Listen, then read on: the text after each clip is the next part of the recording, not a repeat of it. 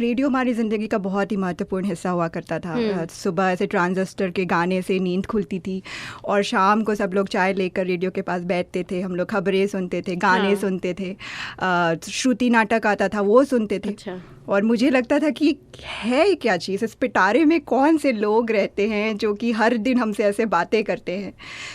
तो हमारी जो ज़िंदगी होती है ना बचपन की, एकदम कौतूहल के साथ भरी होती है। There is this quality of sense of wonder, we find happiness in such little things, and then as we grow older that goes away.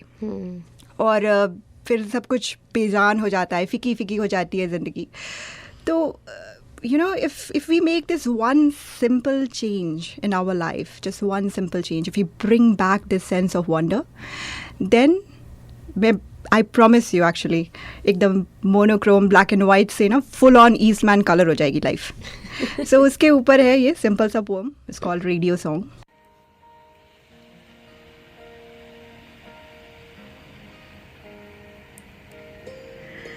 If I could time travel, I would visit and visit often. The times when I wondered about the world that lived inside the radio.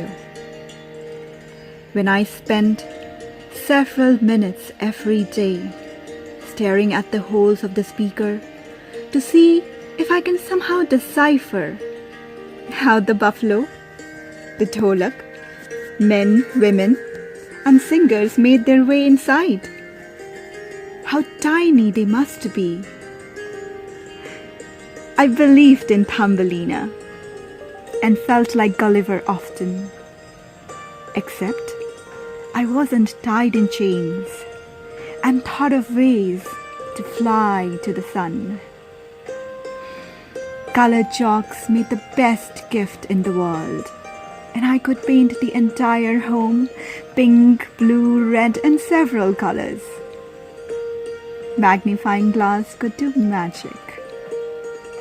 You could make paper burn when you held it right under the sun.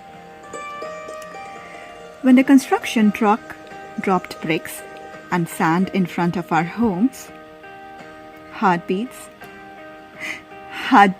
would stop.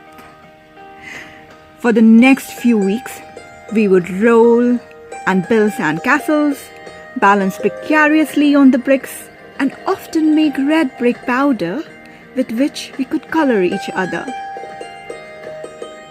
Paper airplanes flew around as we did headstands on the pillow. I followed the brother around to annoy him, squabbling over biscuits and another square of dairy milk. We often imagined that you could put any home on wheels and pull and take it to wherever you go. The moon followed us everywhere, and we believed we could actually finish counting the stars. You know, I did not know of Santa, but I did know of a radio with people living inside it. And then, just like that, people stopped living inside it.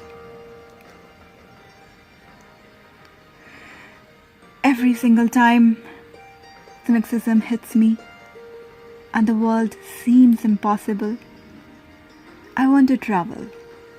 I want to travel and visit a time when the world was possible. To bring back pieces of wonder with which to look around. To still believe we can fly to the sun.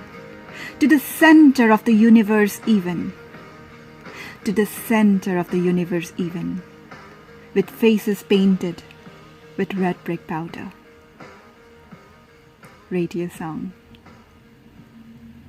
ये जो next piece है ये मेरे दिल के बहुत करीब है। सवाल जवाब नाम है इसका, मैंने अपने पापा से इंस्पायर होके ये पीस लिखी थी. I lost him when I was 9. तो उसके बाद बड़ा ही सब कुछ समझ नहीं आता था कि क्या है. और काफ़ी सालों तक नहीं समझ में आता था कि क्यों ऐसा हुआ. तो सब कुछ जैसे आई सेड लिखने से ना I started making sense of things and I started writing. तो ये जो पीस है ये मैंने लिखा है उनके बारे में, उनके साथ कैसे मैं सवाल जवाब करती थी.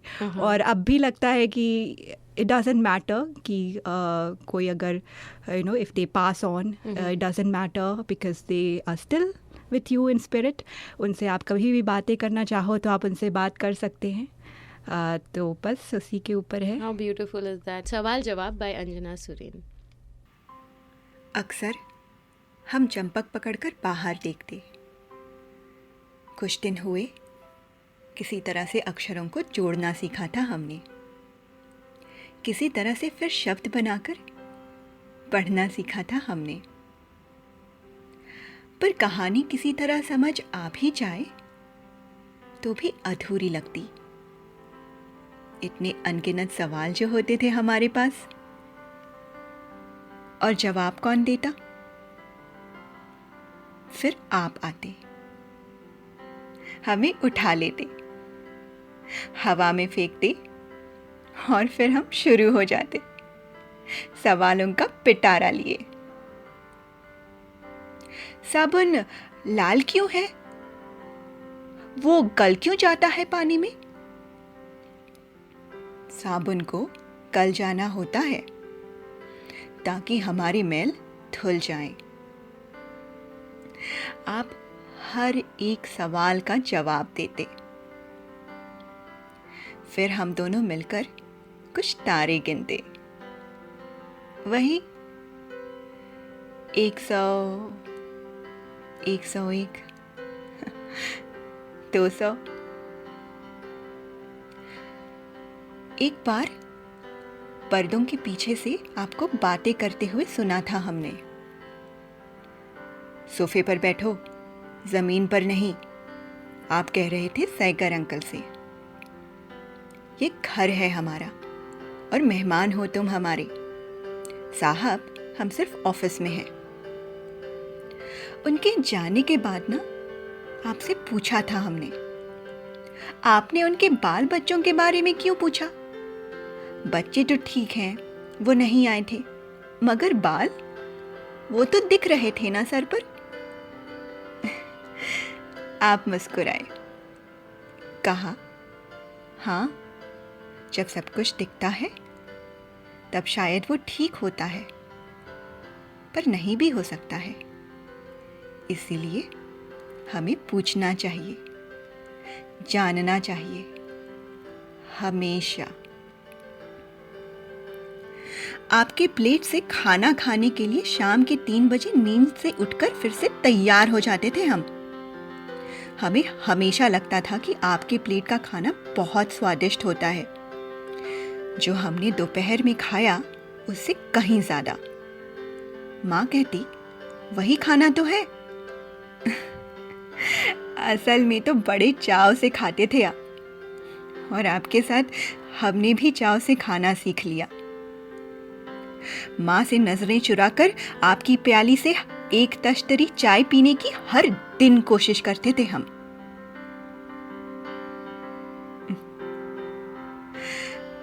पता है, अब भी कभी कभी बाहर देख लेते हैं हम. लगता है शायद आप आ जाएं, फिर से हमारे कुछ एक आध सवालों का जवाब दे जाएं. जहां आप रहते हैं वहां से हमें देखकर मुस्कुराते होंगे ना आप, और हमारे चाय से इश्क को देखकर कह लगाते होंगे ना आप. पता है, आज साबुन से हाथ धोया था मैंने. लाल रंग का साबुन था. थोड़ा सा साबुन गल गया, फिर से गल गया.